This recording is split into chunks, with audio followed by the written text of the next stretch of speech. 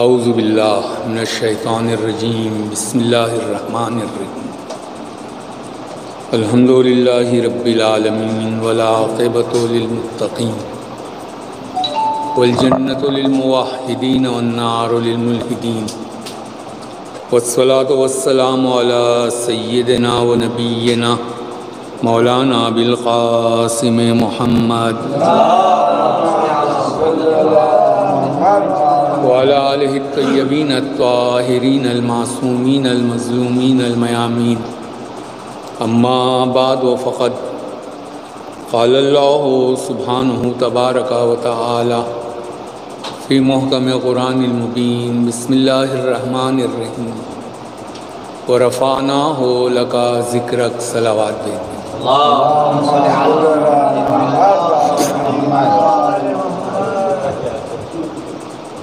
پروردگار عالم اپنی کتاب بلاغت نظام میں محمد و آل محمد کی ثنا، محمد و آل محمد علیہ السلام کی مدحت اس انداز میں کر رہا ہے کہ ورفعناہ لک ذکرک، ہم نے آپ کے ذکر کو رفعت بخشی، اور جس کے ذکر کو خدا رفعت دے دے اس ذکر کو پھر کبھی بھی زوال نہیں آتا۔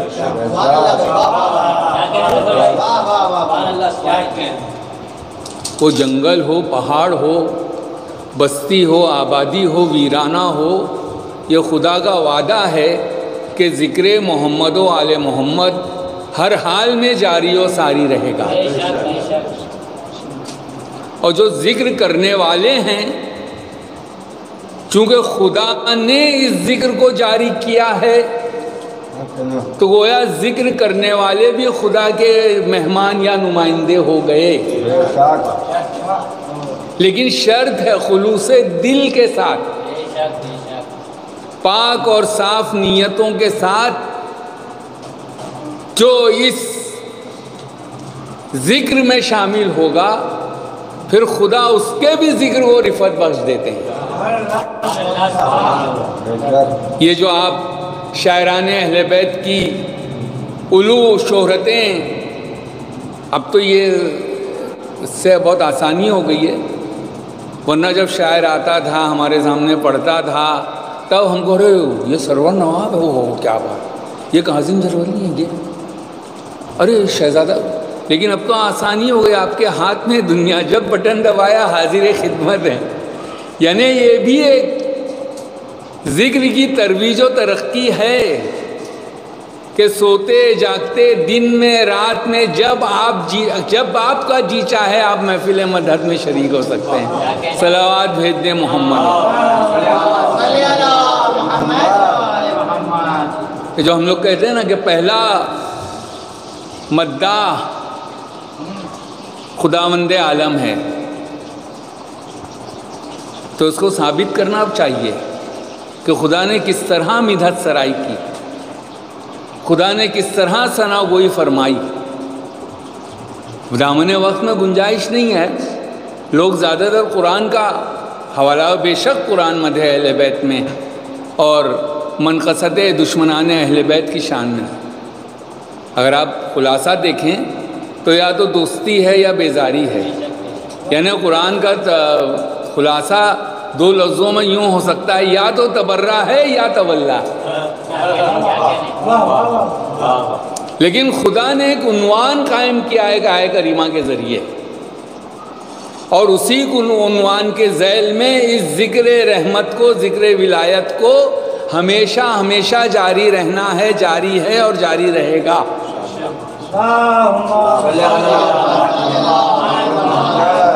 ارشاد ہوا کہ ان اللہ و ملائکتہ یصلون علی النبی یا ایھا الذین آمنوا صلوا علیہ وسلموا تسلیما۔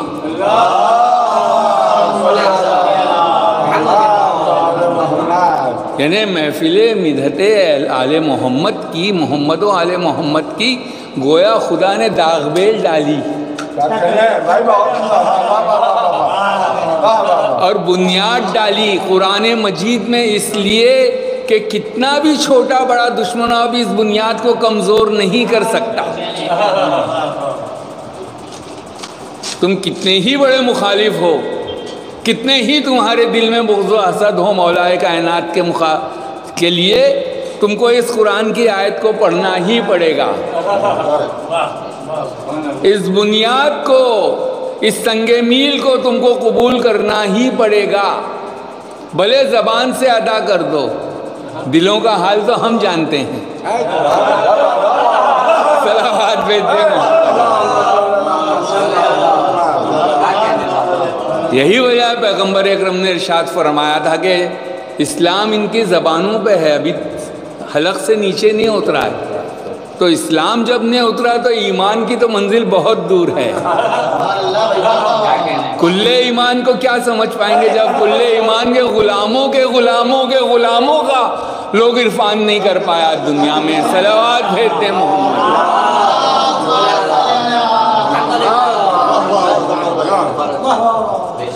مولا کے غلاموں کو دنیا نہیں سمجھ پائی، مولا کے گھر کے کنیز کو دنیا نہیں سمجھ پائی۔ ایسی کنیز جو کیمیا جانتی ہو، آج ماہرین دنگ ہیں، دنیا اسی پہ تو رکی کہ سونا مل جائے، سونا مل جائے، چاندی مل جائے، چاندی مل جائے، وہ منٹوں میں بنا سکتی ہیں۔ اور اگر آپ علم کے میدان میں آئیے، 40 سال تک صرف قرآن مجید کے آیات سے گفتگو کی، جب ان سے کوئی بات کی اس بات کا جواب آپ نے قرآن کی آیت پڑھ کے دیا، گفتگو نہیں کی۔ گفتگو ان کی عربی تھی، ظاہر عربی ان لوگ بولتے تھے، لیکن قرآن مجید کی جو عربی ہے اور عام عربی زبان میں یہ فرق ہے کہ یہ صرف زبان کہلائے گی اور قرآن کی عربی مدحت آل محمد کہلائے گی۔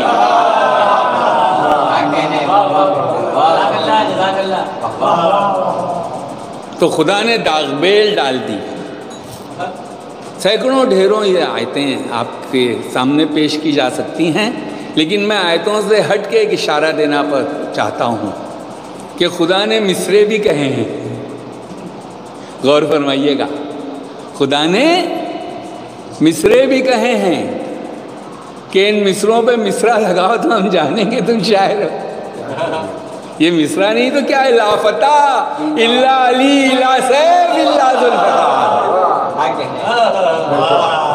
مجھے نام نہیں یاد ہے، بہت واقعاً مبارک ہے وہ جس نے اس میں مصرع لگایا۔ شاہ مرداں شیر عزاں قوت پروردگار، لا فتح الا علی لا سیف الا ذوالفقار۔ صلوات بھیج دے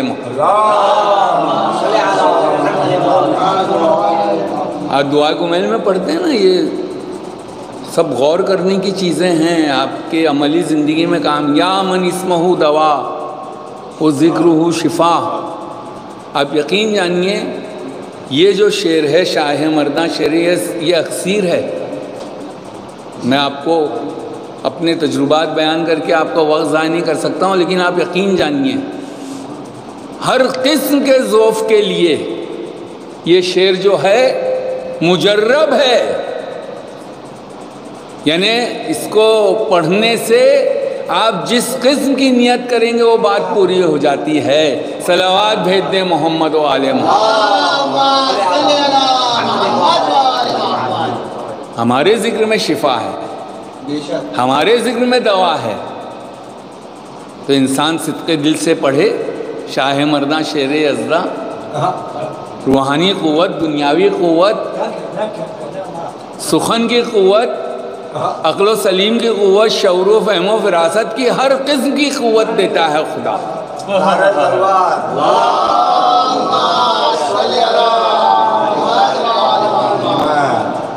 تو ذکر اہل بیت علیہم السلام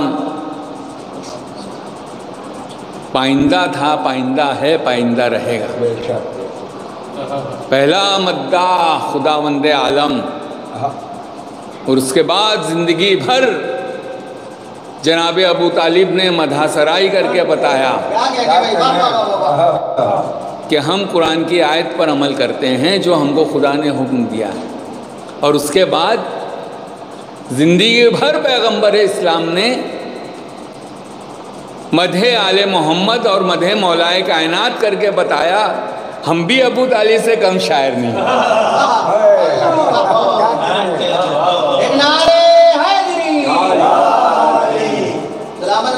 اور آپ اگر غور کیے تاریخ اسلام میں تو آپ یقین جانیے آپ کو بھرپور شاعری نظر آئی۔ اگر آپ میدان جنگ کا مشاہدہ کریں تو اس میں رجس بڑھے جا رہے ہیں، شاعری کے رنگ نمایاں ہیں کہ نہیں؟ کربلا کے میدان میں دیکھیے بھرپور مقتل ہے مرثیوں سے بھرا ہوا۔ یہ الگ بات ہے کہ ہم لوگوں کو اس کو پڑھنے یا سمجھنے کی توفیق نہیں، لیکن مرثیے مقتل پورا مرثیے سے، یا جو شہیدان کربلا میدان جنگ میں دشمنوں کے سامنے گئے تھے وہ رجس پڑھتے تھے، اور رجس میں عرفان اور اس رجف میں معرفت ہوتی تھی۔ تو شاعری کا بھرپور دخل ہے۔ اس کے بعد آل محمد کے چاہنے والوں نے اپنی شاعری کے ذریعے اپنی غلامی کا، اپنی نوکری کا حق ادا کیا۔ جناب فرزدق چوتھے امام علیہ السلام کے آپ کو سب واقعات معلوم ہیں، جناب کمیت اسدی، جناب دیمل، ڈھیروں لاتعداد شاعران اہل بیت ہیں، اور نصیبوں سے مقدر سے وہ دولت شاعری سے تھوڑا بہت ہم لوگ بھی روشناس ہیں۔ شاعران کی تعریف نہیں ہو سکتی۔ تو یہ ہم کو خوشی ہونا چاہیے اور ہم کو سجدے ادا کرنا چاہیے، اور اس دولت کو خلوص کے ساتھ اس کی حفاظت کرنا چاہیے کہ وہ عظیم کام جو خدا نے اپنے ذمہ کیا تھا وہ کام شاعری کی شکل میں ہم تک پہنچا ہے۔ میر انیس اور دبیر سے ہوتا ہوا، ہمارے بزرگوں سے، اسلاف سے ہوتا ہوا، تو ہم کو حق ہے۔ اور دوسری بات، ایک بچہ بھی پڑھ رہا ہو تو اس کو چھوٹا نہ سمجھیے، اس کو اتنی ہی عقیدت سے سنیے۔ کوئی ایسا بھی بچہ ہے، نوجوان ہے جو شاعری کے رموز سے ابھی واقف نہیں ہے، یا خدا نخواستہ ناموضوع ہو سکتا ہے، تو اس کو بھی سنیے، کیونکہ یہ فرش مدحت ہے۔ اس کو بعد میں الگ سے ٹوکیے، برسر ممبر ٹوکنے کا کسی کو حق نہیں ہے، کیونکہ یہاں لوگ چرب زبان ہو جاتے ہیں بیچ میں ہی۔ نہیں، وہ آداب محفل کے خلاف ہے۔ ٹھیک ہے، اس کو ٹوکنا مطلب اس کی ہدایت ہے، اس بچے کی ہدایت ہونا چاہیے، اس کو گائیڈنس ملنی چاہیے،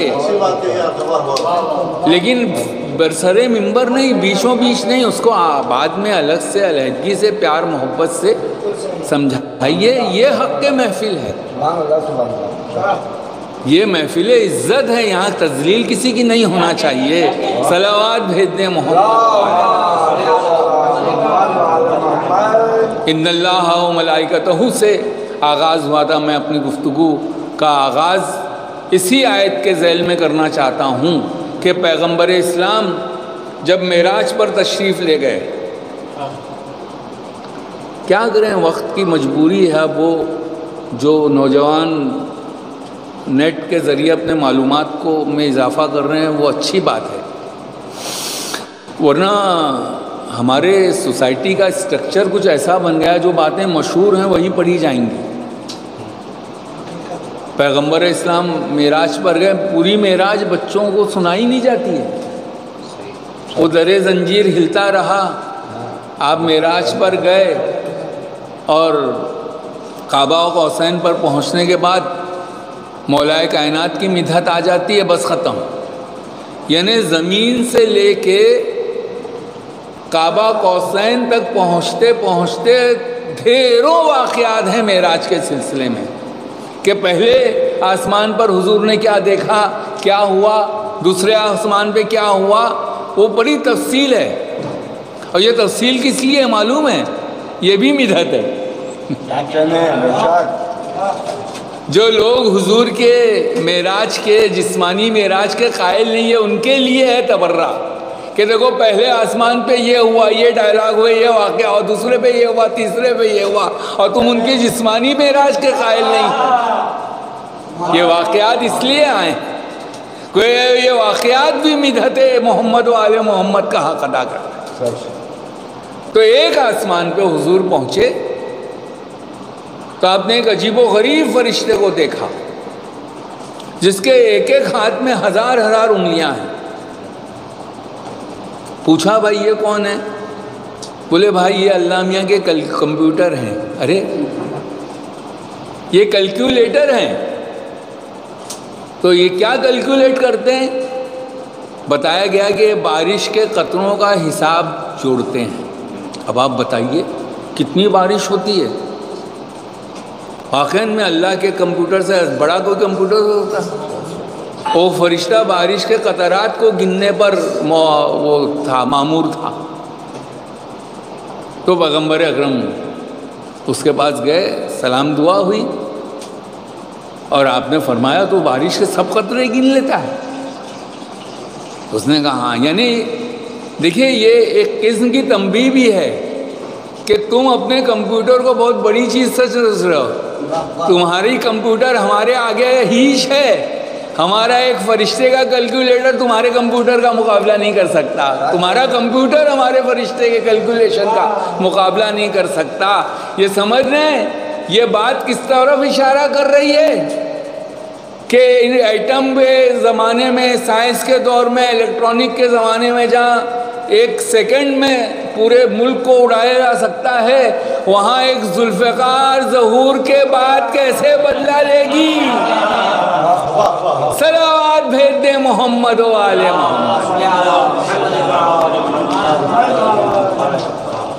یہ مسائل سامنے آتے ہیں، سوالات کیے جا سکتے ہیں، اب ایک سیکنڈ میں ہم الیکٹرانک کے ذریعے تو ایک لوہے کی ذوالفقار، تو ان لوگوں کو سوال کرنے کو یہ عرفان ہی نہیں ہے کہ صرف صاحب ذوالفقار نہیں ہے، صاحب خلقت دنیا ہے۔ تو پیغمبر اسلام نے اس سے پوچھا، اس نے کہا میں بالکل قادر ہوں، پروردگار عالم نے مجھ کو جو معمور کیا ہے، لیکن یا رسول اللہ روئے زمین پر ایک ایسی چیز ہے کہ اس چیز کے بدلے میں خدا جو ثواب دیتا ہے میں اس کا حساب نہیں کر پاتا ہوں۔ بہت ساری جگہوں پہ ہماری اردو محتاج ہو جاتی ہے، لفظ نہیں ملتا ہے۔ مطلب کہنا یہ چاہیے کہ پیغمبر اسلام نے بےتاب ہو کر، مومنین کے فائدے کی بات تھی اس لیے لفظ مجبوراً لانا پڑ رہا ہے، ورنہ حضور کے لیے بےتابانہ بھی نہیں کہہ سکتے ہیں، ظاہری طور پر کہہ سکتے ہیں۔ حضور نے فوراً پوچھا، بس شوق پوچھا کہ بھائی وہ کیا چیز ہے؟ تو اس فرشتے نے کہا کہ جب روئے زمین پر آپ کے چاہنے والے آپ پر اور آپ کی آل پر صلوات بھیجتے ہیں تو اس کا ثواب جو خدا دیتا ہے میں اس ثواب کو گن نہیں پاتا ہوں۔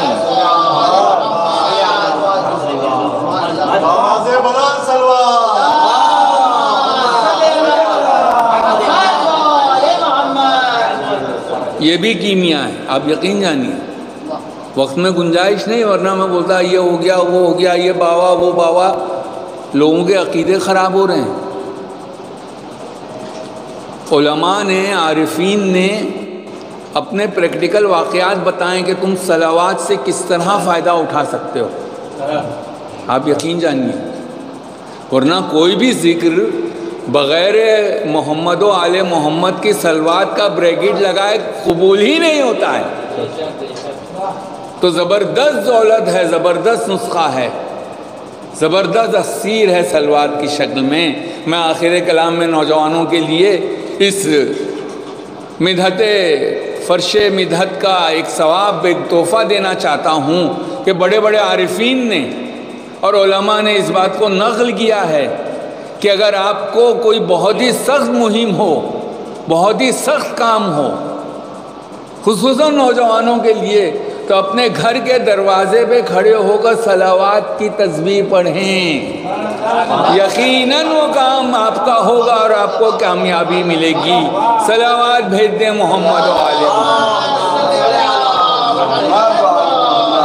آئیے ہم سب مل کے بارگاہ اہل بیت میں دعا کریں کہ پوری دنیا میں جہاں جہاں بھی مومنین شیعیان علی ابن ابی طالب ہیں وہ تمام بلاؤں سے، وباؤں سے، کرونا سے اور مفلسیوں سے محروم رہیں۔ جہاں جہاں بیماران شیعیان امیر المومنین ہیں ان کو شفائے کاملہ عطا ہو۔ اور مختصر دعا ہے کہ ہمارے زمانے کے امام جیسی زندگی چاہتے ہیں ہم ویسی زندگی پہ عمل کریں، اور جن باتوں سے ہمارے امام زمانے کے امام راضی نہیں ان باتوں سے ہم اجتناب کریں، اور زندگی بھر بسط خلوص ہم مدح اہل بیت علیہم السلام کی راہوں پر گامزن رہیں، تاکہ ہم حضرت کے اعوان و انصار میں شامل ہوں اور حضرت کا ظہور جلد از جلد ہو جائے۔